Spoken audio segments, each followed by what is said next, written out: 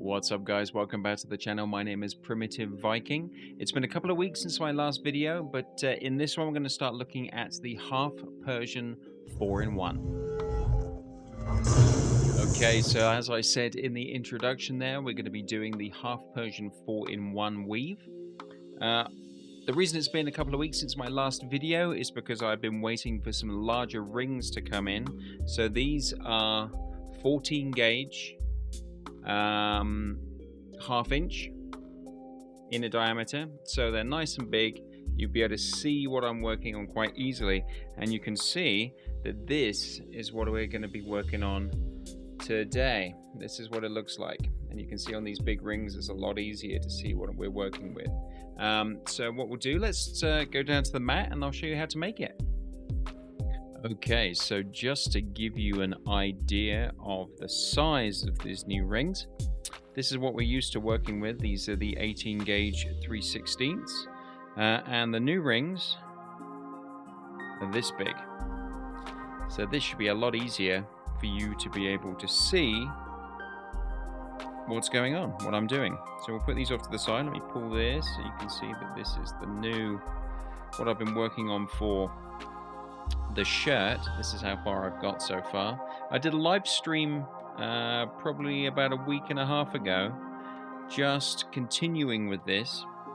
I'll let you guys know when I'm going to do another stream. I'm going to do this mostly probably on a live stream, but yeah, there's something around 2,500 rings now in this, and it's not hugely wide yet. There's a long way to go. Anyway, let's get into the video for today. So what we're going to do, we have these two sets of rings here.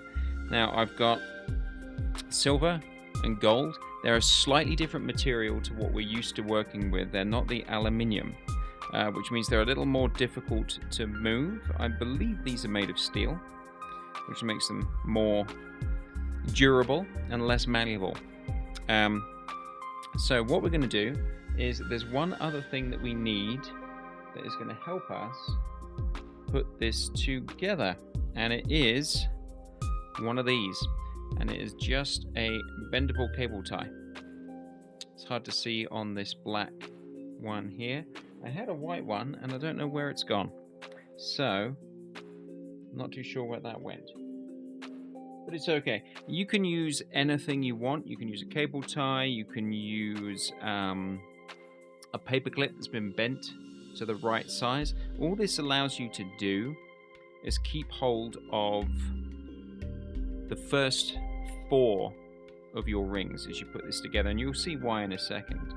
But what we're going to do is we're going to put the first 4 of the gold rings on the cable tie. Right. Whoops. Missed. 4, like so. So you've got your first 4 on there like this. Let me just adjust my focus real quick, because I think... There we go, that's better. Okay, so what we'll do is you take your cable tie, keep it kind of loose, and then just put a couple of twists in there.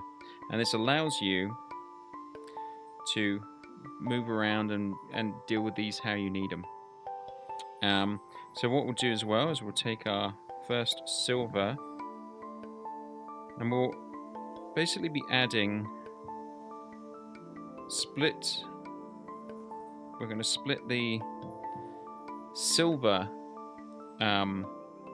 jump rings, and we'll keep the gold rings together. Okay, so what you're going to do with this is you have your 4 rings. Now I want you to make it like it is a step. So you're going to put them on top of each other like this, okay, and fan them out so that you have this step looking effect. If I can get my fat fingers to do what they're supposed to do. Come on now. Yeah, so it's like this. See how they're all on top of each other like that? Now what you're going to do is you're going to go up through these 2 like that, twist over and go down through these two. Okay, let me show you that again. You have them set like they are steps,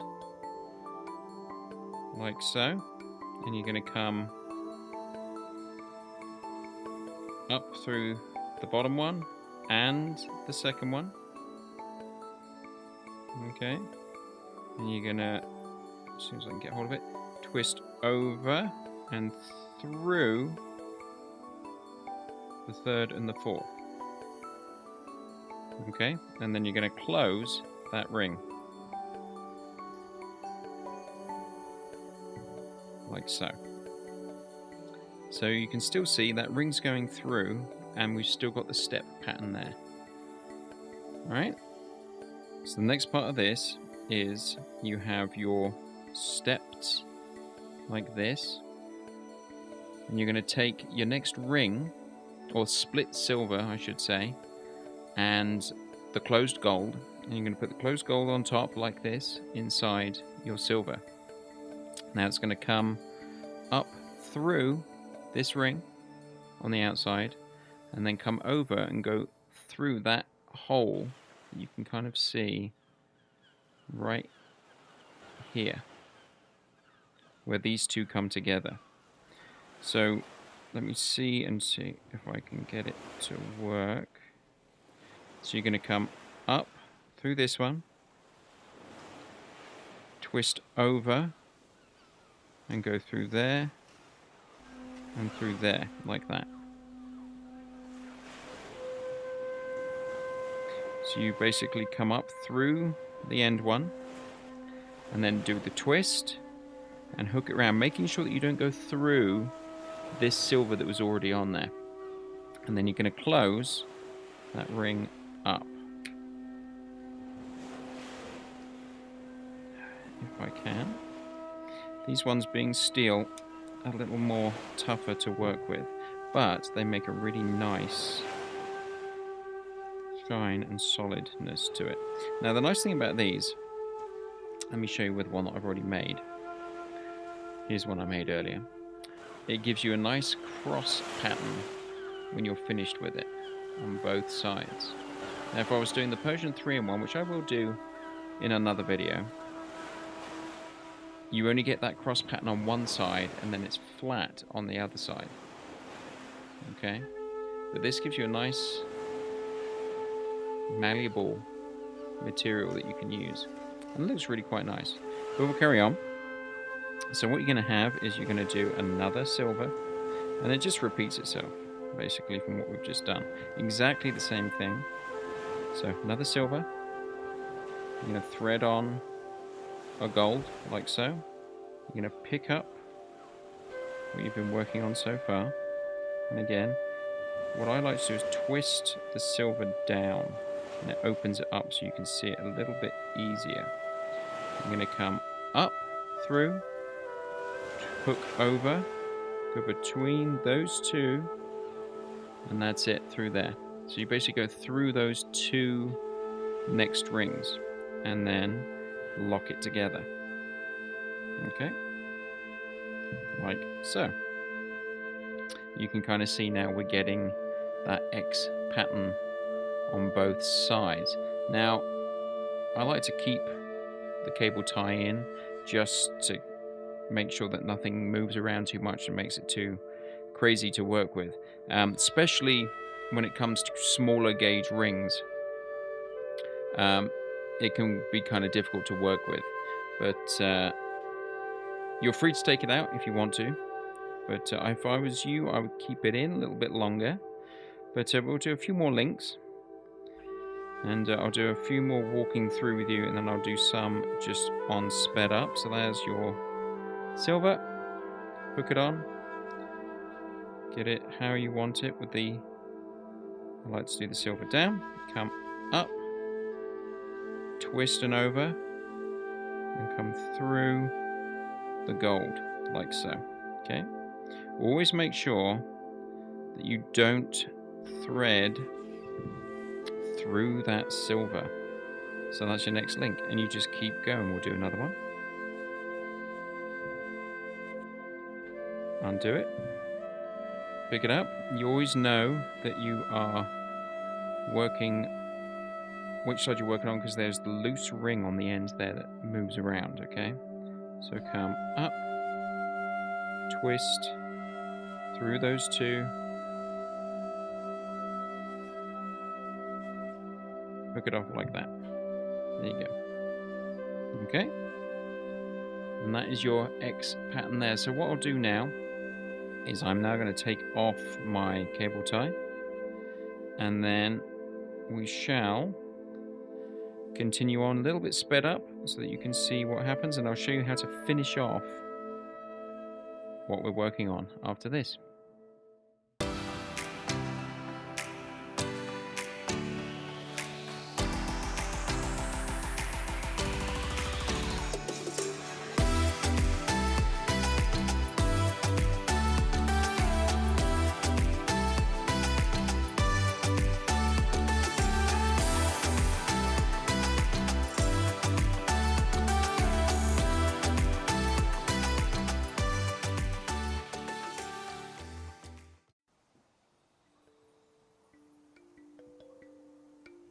So there you can see I've added quite a few more links to it, and it has made it quite nice and long. And you can see that pattern right there with the X on both sides. That's it from the top.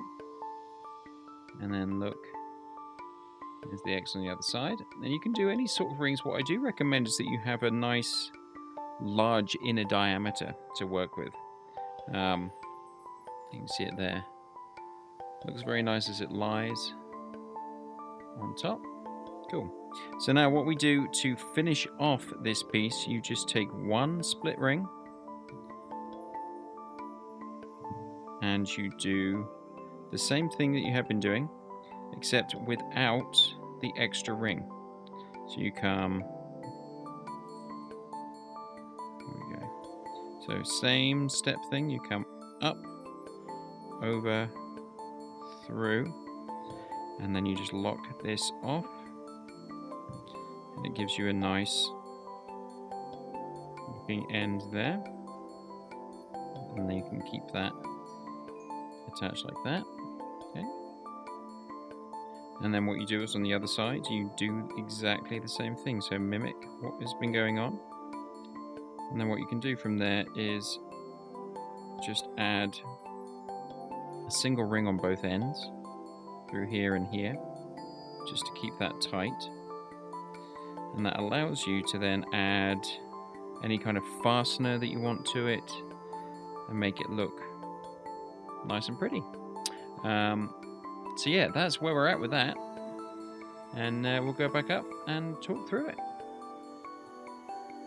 Okay, so one note I need to make about that video that I just made was that I keep referring to the rings as split rings. When I say to open the rings, I keep calling them split rings. Don't use split rings, that's what you put your key rings on. That keeps hold of your keys. So these are jump rings when you're looking for them on the ringlord.com, where I get all of my supplies from. Look for jump rings. Okay, split rings are something different. When I say split rings, I mean open the ring. Just if there's any confusion there, I just wanted you guys to know that I've picked up on that. So yeah, if you have any comments of what you would like me to work on next, please go down below and leave those comments on this video. I always like to read your comments, and I like to reply to them and say hi and just thank you. When you guys, a lot of you guys have been saying that you've enjoyed the videos and you're looking forward to making your pieces of work. And I like that a lot, and I try and answer and say thank you and you're welcome and things like that to me making these videos, and I enjoy making these videos. So yeah, I'm going to do another stream on me carrying on with the 4-in-1 shirt that I'm making. This thing is taking a long time. I mean, it's just kind of, whenever I can, I add a little bit more to it. But it's a work in progress. There's a lot happening, and at the same time I'm having to, you know, look after my daughter and stuff, and I kind of do it when she's napping, or at school like she is right now. So yeah, we'll do that. I'm not too sure what kind of weave I'm going to do next, but now that I've got these larger jump rings, it allows me to work on some different